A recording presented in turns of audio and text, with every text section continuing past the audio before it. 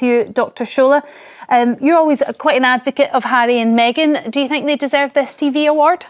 Yes, and it's not about them, it's the documentary. People, please, before you start bringing your, and I don't mean you, my dear, I mean those who go, oh, why should they get it? Oh my God. No, the award is for the best streaming non-fiction series. That means that people out there were streaming them. So which documentary got the most streaming? That kind of thing. And if they got the best streaming, then they should get, the documentary should get the award.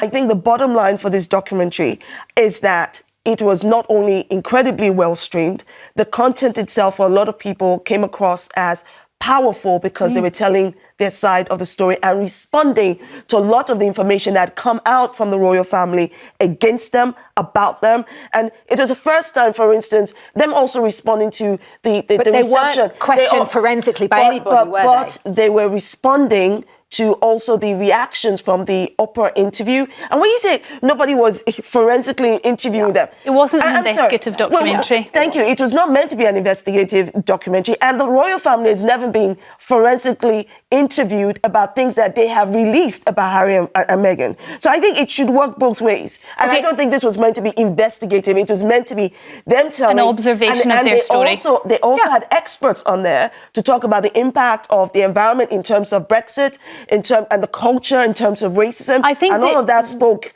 strongly. I mean, I thoroughly enjoyed the documentary, and I think putting their situation in context and bringing up all these other issues was incredibly compelling. And actually, I think just Netflix has it absolutely made. But if it had been a panorama, it's the music as well that gets me. I'm in there with the music. If it had been a panorama, all those claims would have been tested. Of course they would, but it wasn't. None of the claims were tested. But it wasn't a panorama. I agree. It's really powerful. The royal family I know it's really powerful, but I also think that it's been quite damaging internationally because for the country, this image of us as a country. Okay, well, I think that's you can't. I am not going to blame Harry and Meghan for the impact and choices made by people in the royal family. People what about in for the their media. own choices? No, let me finish.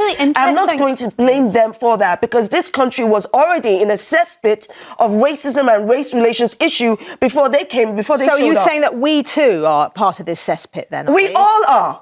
Well, I take issue with that because you don't know me and you're making an assumption but it's not about the individual, it's about a general... Exactly. I'm talking about collective responsibility and I'm also talking about individual responsibility. What do we as individuals do when we vote in people who are not interested in protecting others, who are interested in pushing against the marginalized? It's all generalization. It's not generalization because it all rolls on. It has a roll-on impact. Brexit itself helped to push divisive rhetoric in this country that impacted marginalized people. And that's because some of us, and I say some because I most definitely did not, voted in a party that is not fit to function. This is part of the problem. So I'm talking about collective responsibility and individual responsibility. I don't need to know you personally. I'm talking about myself too. What am I doing? Making assumptions about people when you don't know them, I think, is a really dangerous thing to do. And I wouldn't make an assumption about you. I've not made an assumption about you. I have made a correct assumption. Cesspit, apparently. I have made a correct assumption about our country. Yeah, your opinion. You voice an opinion. I most definitely have made. Okay, we're moving off topic, but I do love how Shola managed to get criticism of the government in about a documentary over Meghan and Harry. That was very impressive. Welcome back to Glamstar Report. Today, we're diving even deeper into a powerful, emotional, and truly unforgettable moment that has sparked intense conversation across television, digital media, and global audiences. This is not just another trending topic or fleeting celebrity headline. What we are discussing today touches on something much bigger: truth, perception, accountability, and the courage it takes to speak boldly in spaces where silence is often more comfortable. At the centre of this discussion is Dr. Shola, whose passionate and unwavering defence of Prince Harry and Meghan during a live televised conversation has left a lasting impression on viewers around the world. This wasn't just a debate. It wasn't just a difference of opinion. It was a moment where one voice cut through layers of narrative, assumption, and long-standing bias, forcing a conversation that many people have either avoided or only engaged with on the surface. The setting seemed familiar at first: a structured live discussion, a host guiding the conversation, and a topic that has already generated widespread attention: Prince Harry and Meghan's documentary and the ongoing scrutiny surrounding their lives.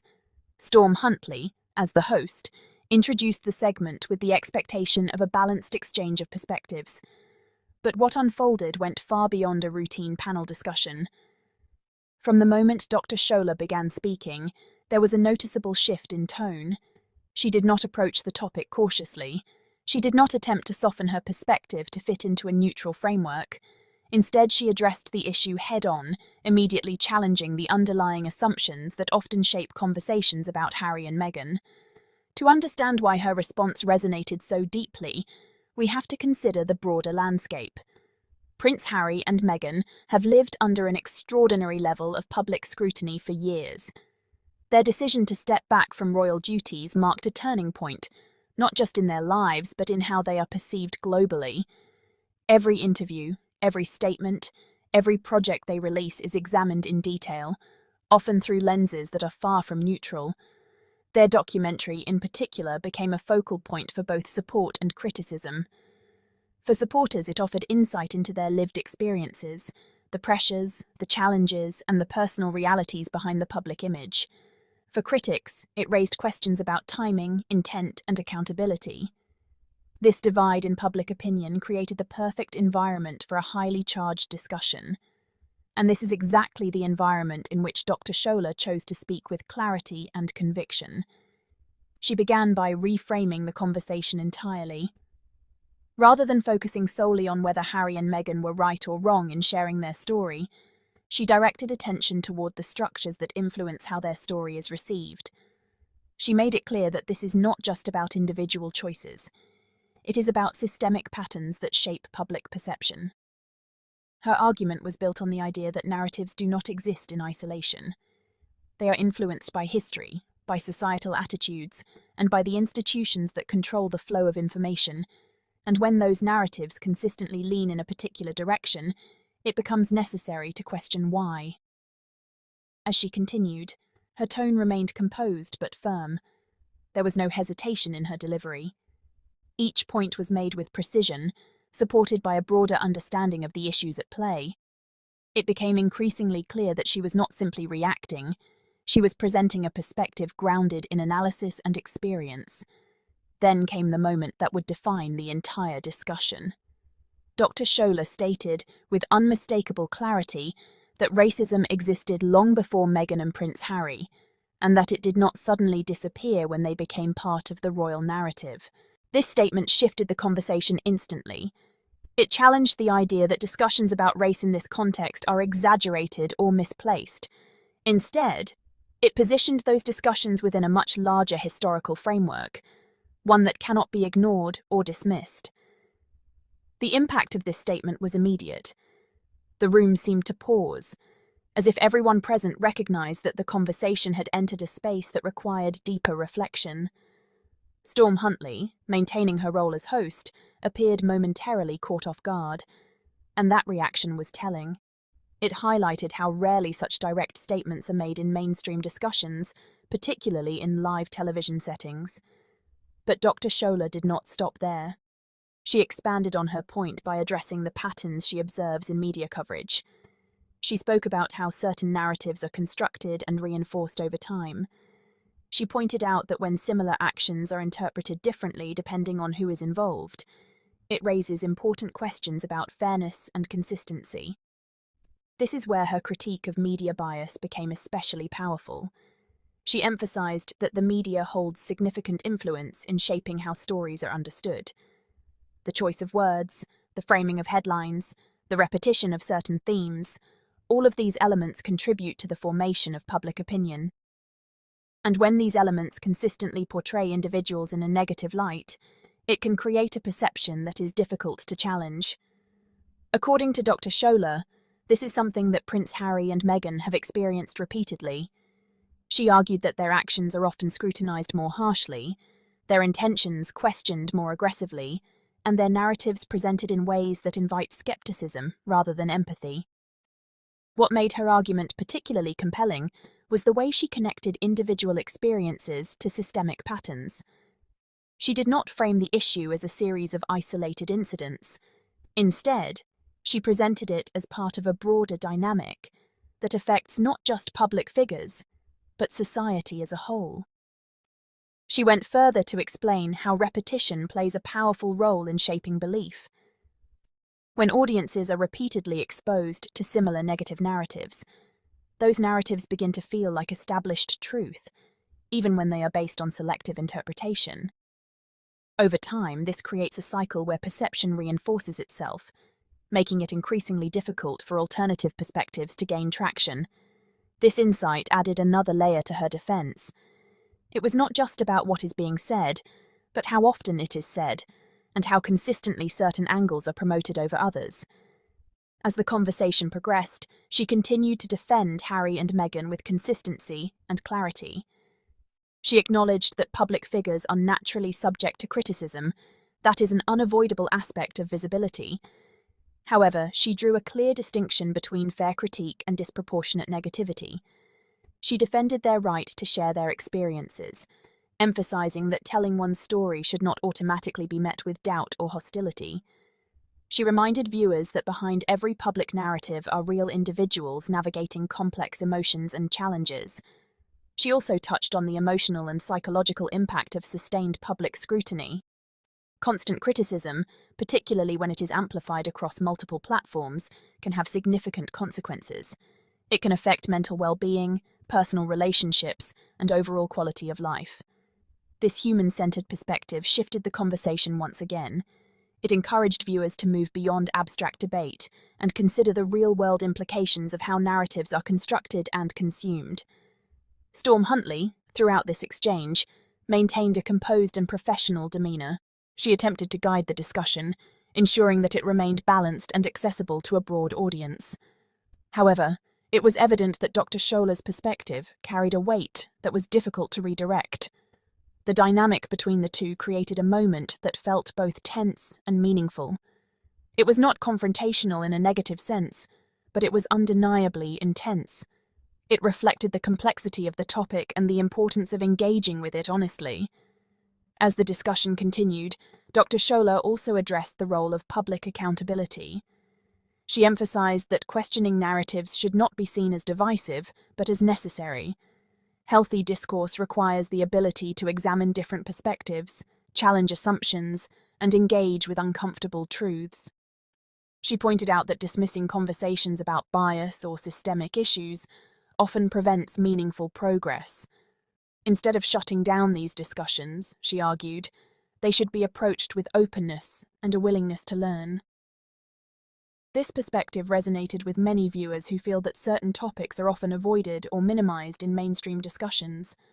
By bringing these issues to the forefront, Dr. Shola created space for a more nuanced and honest conversation. After the broadcast, the response was immediate and widespread. Clips of the discussion began circulating across social media platforms, drawing attention from audiences who may not have seen the original broadcast. Dr. Shola's statements, in particular, became focal points for discussion. Many viewers expressed admiration for her courage. They appreciated her willingness to address difficult topics without hesitation. For these viewers, her words provided a sense of validation, a recognition of issues that are often overlooked or minimized. Some viewers highlighted how rare it is to see such direct and unapologetic commentary on mainstream platforms. They noted that moments like this can help shift conversations in meaningful ways, encouraging more open dialogue and greater awareness. At the same time, the discussion also attracted criticism from those who disagreed with her perspective. This diversity of response reflects the broader divisions in how these issues are understood. However, even among differing opinions, there was a shared acknowledgement that the conversation itself was significant. It sparked dialogue, it encouraged reflection, and it brought attention to questions that do not have simple answers.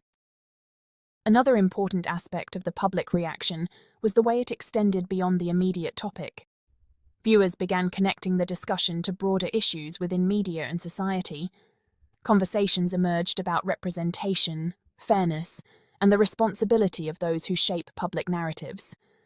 This ripple effect demonstrates the power of a single moment to influence wider discourse. It shows how conversations that begin in one context can expand into larger discussions that impact how people think and engage with the world around them. What makes this moment particularly important is not just the content of what was said, but the context in which it was said. Live television is often unpredictable, but it is also a space where narratives are shaped in real time. To use that space to challenge dominant perspectives requires a certain level of confidence and conviction. Dr. Shola demonstrated both. Her approach was direct, but not dismissive. She did not reject opposing views outright. Instead, she engaged with them, questioned them, and offered an alternative perspective that invited deeper consideration. This is a crucial aspect of meaningful discussion. It is not about shutting down conversation, it is about expanding it. Her defense of Prince Harry and Meghan was rooted in this principle. She was not arguing that they are beyond criticism. Rather, she was advocating for a more balanced and informed approach to how that criticism is delivered. She highlighted the importance of context, the need for consistency, and the value of empathy. These are elements that are often missing in fast-paced media environments, where the focus is frequently on reaction rather than reflection. She also underscored the importance of listening, truly listening, to different perspectives. In many cases, discussions become polarized because participants are more focused on responding than understanding. By encouraging a more thoughtful approach, she contributed to a conversation that was not only impactful, but also constructive.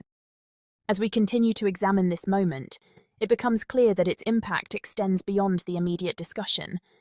It contributes to a larger conversation about how stories are told, how narratives are formed, and how individuals are represented in the public sphere. It also raises important questions about responsibility, both for media institutions and for audiences. How do we engage with the information we receive? How do we challenge assumptions? And how do we ensure that our understanding of complex issues is informed rather than reactive? These are not easy questions, but they are necessary ones. And moments like this, where those questions are brought to the forefront, play a crucial role in shaping how we move forward. As we reflect on Dr. Shola's powerful defense, it is important to recognize the significance of speaking with clarity and conviction. In a media landscape that often prioritizes simplicity and speed, taking the time to engage with complexity is both challenging and essential. Her words served as a reminder that conversations about fairness, representation, and accountability are ongoing. They do not begin or end with a single discussion. They evolve over time, shaped by the voices that choose to participate. And in this case, Dr. Shola's voice made a lasting impact. Her defense of Prince Harry and Meghan reinforced the idea that their experiences deserve to be understood within a broader context. It challenged narratives that may be incomplete or one-sided, and it encouraged audiences to think more critically about the information they consume. It also highlighted the importance of courage in public discourse. Speaking openly about complex and sometimes controversial issues is not always easy. It requires confidence, resilience, and a willingness to face criticism. But it is through these conversations that progress is made. As we bring this extended discussion to a close, one thing remains clear. This was more than just a television moment. It was a catalyst for conversation, reflection, and, for many, a shift in perspective. It reminded us that media is not just about information, it is about influence. It shapes how we see the world, how we understand each other, and how we engage with important issues.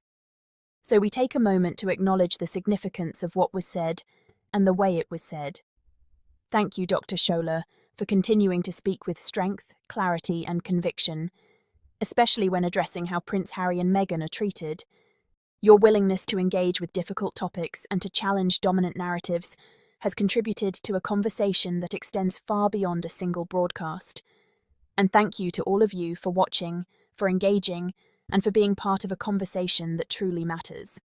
Your perspectives, your reflections, and your willingness to think critically all play a role in shaping how these discussions evolve. Don't forget to like, comment, and subscribe to Glamstar Report for more in-depth coverage, thoughtful analysis, and meaningful discussions. We'll see you in the next video.